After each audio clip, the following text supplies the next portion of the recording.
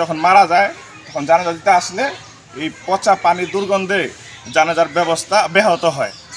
এই পচা পানির দুর্গন্ধে তাদের শিক্ষা ব্যবস্থা ব্যাহত হচ্ছে, তাদেরও বিভিন্ন সময় জ্বর সহ অন্যান্য অসুখ বিসুখ হয়ে থাকে এবং আমাদের যে 50টি পরিবার আছে এই পরিবারের মানুষের অসুখ বিসুখ হয়ে থাকে।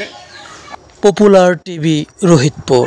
আমরা দেখতে পাচ্ছি যে এই ফুলহার এলাকায় এখানে একসাথে স্কুল, মাদ্রাসা, মসজিদ, তো এই পানিগুলো কোথাও যেতে পারছে না। এতে আপনাদের কি কি সমস্যা হয় যদি একটু বলতেন। আমি যেখানে দাঁড়িয়ে আছি এটা হচ্ছে আমাদের ফুলহারের ঈদগাহ, আর আপনারা বাম পাশে আছে আমাদের ফুলহার সরকারি প্রাথমিক বিদ্যালয় এবং আমার সামনে আছে ফুলহার জান্নাতুল উলুম মাদ্রাসা, তার পাশে আছে আমাদের ফুলহার কেন্দ্রীয় জামে মসজিদ। এবং আর আমাদের এখানে যে কারণে আজকে আমরা এখানে কথা বলতেছি সেটা হচ্ছে পানির জলবদ্ধতা। আমার পিছনে দেখতে পাচ্ছেন এখানে অনেক আগে এখানে একটা নাল ছিল বা সরকারি একটা খাস জমি, এখানে গর্তে এই স্কুল, মসজিদ, মাদ্রাসা, ঈদগাহ এবং 50টি পরিবারের অজু গোসলের পানি এবং বৃষ্টির পানি এখানে একটা ড্রেন ছিল, এই ড্রেন দিয়ে এই পিছনে গর্তের মধ্যে জমা হইতো। তখন ততটা সমস্যা হতো না। এটা সরকারি একটা কাজে আসার পরে এই বালিটা বরাদ করার পরে গর্তটা যখন বড়া হয়ে গেছে তখন এখানে পানি আর পানি থাকার কোনো জায়গা নেই। যখন বৃষ্টি হয় তখন বৃষ্টির পানি এই 50টি পরিবারের পানি এবং এই স্কুল, মসজিদ, মাদ্রাসা, ঈদগাহ পানি আমাদের এই ঈদগাহর মধ্যে জমে থাকে।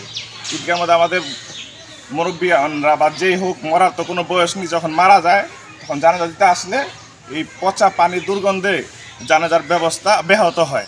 এবং সাথে আমাদের ফুলহার প্রাইমারি স্কুল আছে, এখানে কুচিকাচা বাচ্চারা লেখাপড়া করে, তাদের এই পচা পানির দুর্গন্ধে তাদের শিক্ষা ব্যবস্থা ব্যাহত হচ্ছে ডেঙ্গু এবং তাদের যে এখন তো বুঝতে পারছেন আপনার ডেঙ্গুর প্রচুর প্রকোপ।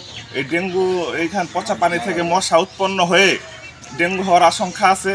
এবং আমাদের সামনে আমাদের ফুলহার ঐতিহ্যবাহী জান্নাতুল উলুম মাদ্রাসা শিক্ষার্থীরা আছে, এখানে 50 জনের মতো আবাসিক শিক্ষার্থী আছে, তাদের অজু গোসলের পানিও এখানে নিরসনের কোনো ব্যবস্থা নেই। এই পানি থেকে ডেঙ্গু মশা হয়ে তাদেরও বিভিন্ন সময় জ্বর সহ অন্যান্য অসুখ বিসুখ হয়ে থাকে এবং আমাদের যে 50টি পরিবার আছে এই পরিবারের মানুষের অসুখ বিসুখ হয়ে থাকে।